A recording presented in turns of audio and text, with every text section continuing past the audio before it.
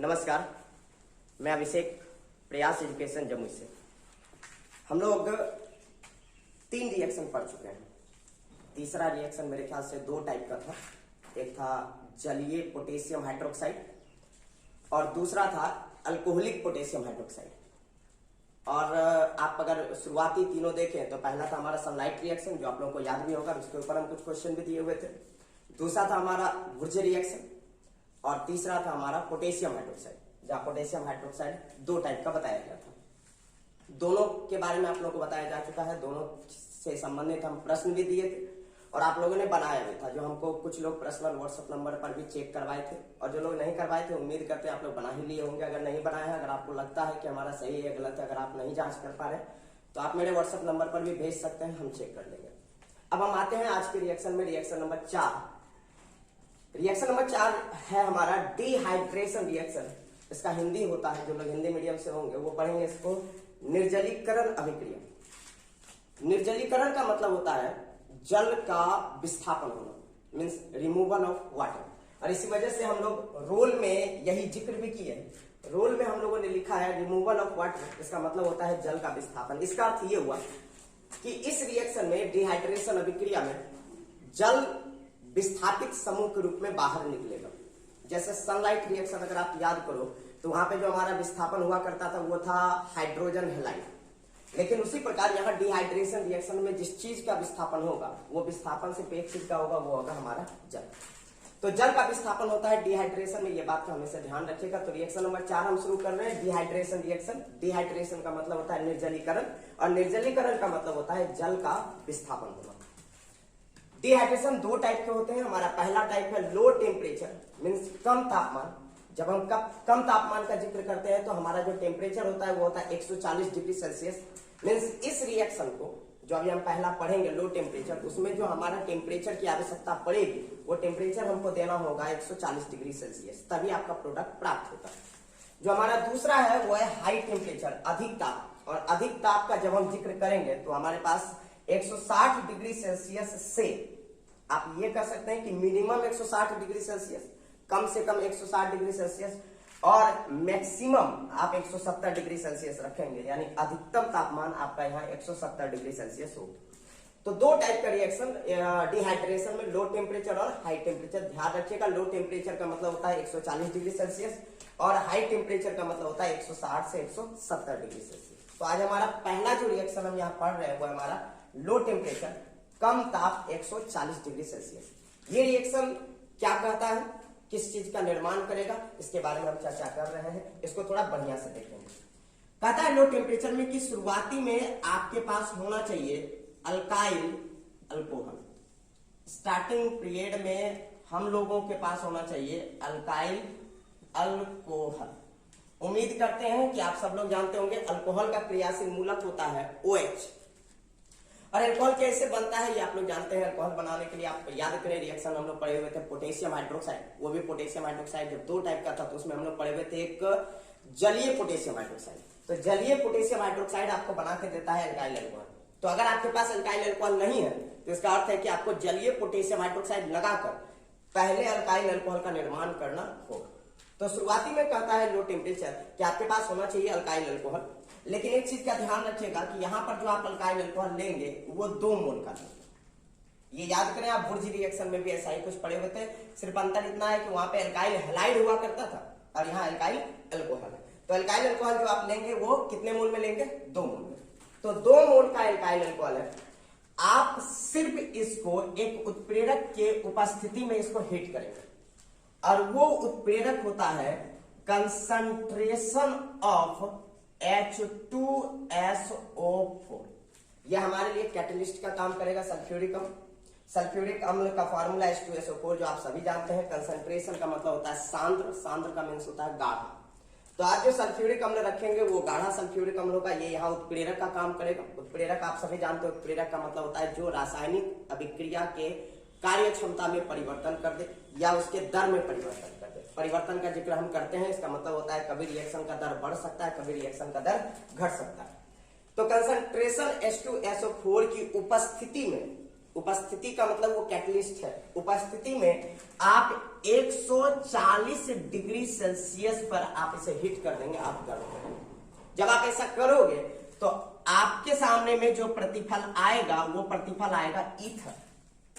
अब ईथर का functional group means क्रियाशील मूलक होता है O केवल।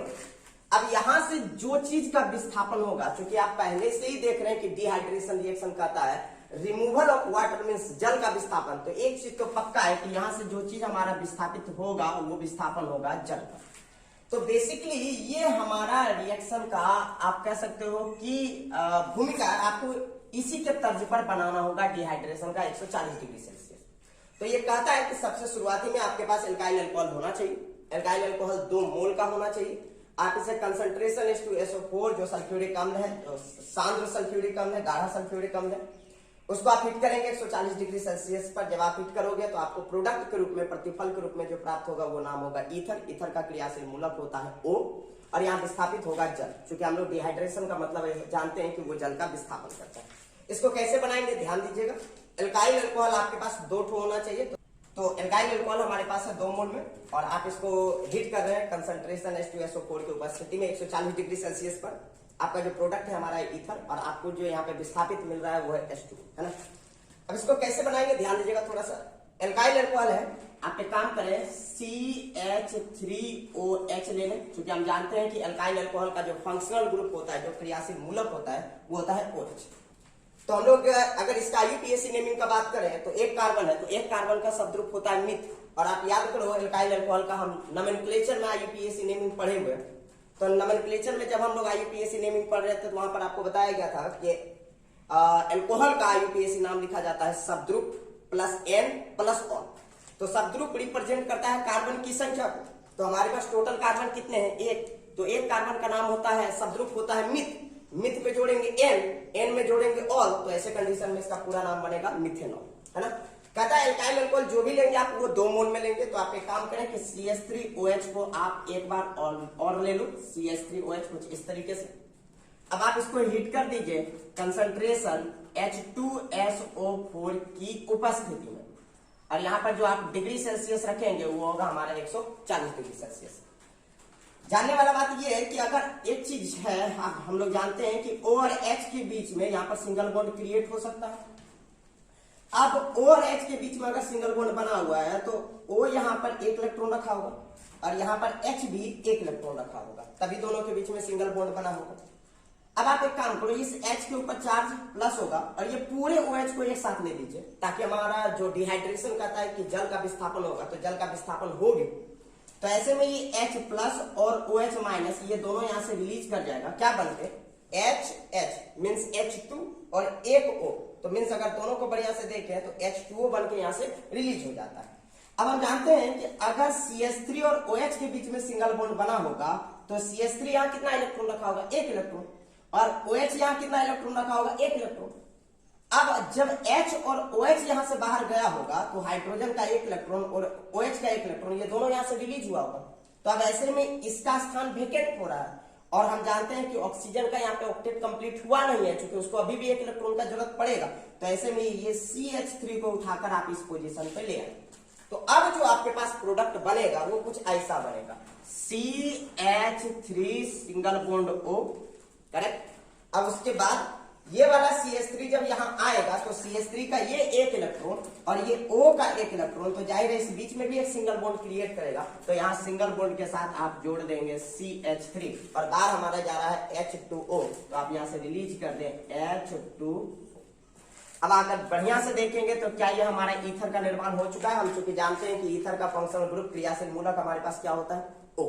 अब इसका अगर नाम का जिक्र करें तो इसका नाम हमारे पास बन चुका है di methyl ether. Di methyl ether इसलिए हम इसका नाम कहेंगे, इसका एक और नाम हो सकता है वो है मिथॉक्सी मीथेन। इसका नाम डाई मिथाइल ईथर इसलिए बोलेंगे क्योंकि बीच वाला पोर्शन ईथर है, इधर एक कार्बन की वजह से इसका नाम मिथाइल बनेगा और इधर भी इसका नाम मिथाइल बनेगा, क्योंकि दोनों सेम है तो इसलिए डाई मिथाइल, और इसके वजह से इसका नाम पड़ जाएगा ईथर। तो अगर आप ईथर बनाना चाहते हैं या हमारा ऐसा कोई भी क्वेश्चन दे दे जिसमें यह बताएगा कि पहले आप ईथर बनाइए, अगर आपको ईथर बनाना है तो ईथर बनाने के लिए आपके पास एक जो रिएक्शन इस वक्त हम पढ़े वो है लो टेम्परेचर कम ताप 140 डिग्री सेल्सियस। तो ईथर बनाने के लिए हमारे पास जो रिएक्शन का नाम होगा वो रिएक्शन का नाम होगा डिहाइड्रेशन। लेकिन डिहाइड्रेशन में भी जो टेम्परेचर की जरूरत पड़ेगी ईथर बनाने के लिए वो होगा कम ताप 140 डिग्री सेल्सियस। अगर ये रिएक्शन आपको पूरी तरह से समझ में आता है, लेकिन एक चीज का आप और ध्यान रखेंगे, अगर आपको ईथर बनाना है तो आपके पास शुरुआती में एल्काइल अल्कोहल होना चाहिए। अगर आपके पास एल्काइल अल्कोहल नहीं है तो आपको एल्काइल अल्कोहल बनाना पड़ेगा। अगर आपको ये समझ में आ चुका है तो अब हम चाहेंगे कि आप एक प्रश्न जो अपने घर में बनाएंगे, जो हम आपको यहाँ पर HW में दे रहे हैं, वो होगा कि आप बनाओगे मीथेन से डाइमिथाइल ईथर। अब आप जैसा दिमाग लगाए या हम अगर थोड़ा सा आपको हिंट कर दें तो ये जो बनेगा वो पहले तो ईथर बनाना पड़ेगा, और ईथर बनाने के लिए आपको चाहिए कम ताप 140 डिग्री सेल्सियस। लेकिन ध्यान दीजिए इसके लिए पहले आपके पास क्या चाहिए, एल्काइल अल्कोहल। लेकिन क्या ये एल्काइल अल्कोहल है? नहीं है। इसका मतलब आपको पहले एल्काइल अल्कोहल में कन्वर्ट करना पड़ेगा। तो एल्काइल अल्कोहल में आप कैसे कन्वर्ट करेंगे, तो याद करिए जलीय पोटेशियम हाइड्रोक्साइड। लेकिन जलीय पोटेशियम हाइड्रोक्साइड क्या कहता है, उसका अगर थ्योरी को आप पढ़ेंगे तो कहता है पहले आपके पास एल्काइल हैलाइड होना चाहिए। लेकिन क्या ये एल्काइल हैलाइड है? नहीं है। तो अब आप सोचो कि एल्काइल हैलाइड आप कैसे बनाओगे। अब एल्काइल हैलाइड बनाने के लिए एक रिएक्शन आपके पास आता है, वो होता है सनलाइट रिएक्शन। तो सनलाइट रिएक्शन कहता है शुरुआती में एल्केन होना चाहिए। मीथेन है, यहाँ मीथेन हम जानते हैं कि एल्केन होता है। मीन्स यहाँ पे 3 स्टेप में ये रिएक्शन बनना चाहिए।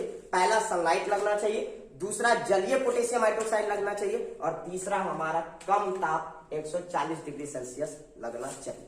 अगर आप ये पूरी तरह से समझ चुके हो तो ये क्वेश्चन का आंसर देंगे। हम चाहेंगे जो लोग थोड़ा सा हम देखे थे कि कमेंट सेक्शन में कुछ लोग बोले हुए थे कि स्क्रीनशॉट लेने दीजिए, तो आप इसको स्क्रीनशॉट के रूप में ले लें, अच्छा रहेगा आपके लिए। और ये क्वेश्चन को जरूर बना लें, आप ले लीजिए पहले इसका स्क्रीनशॉट।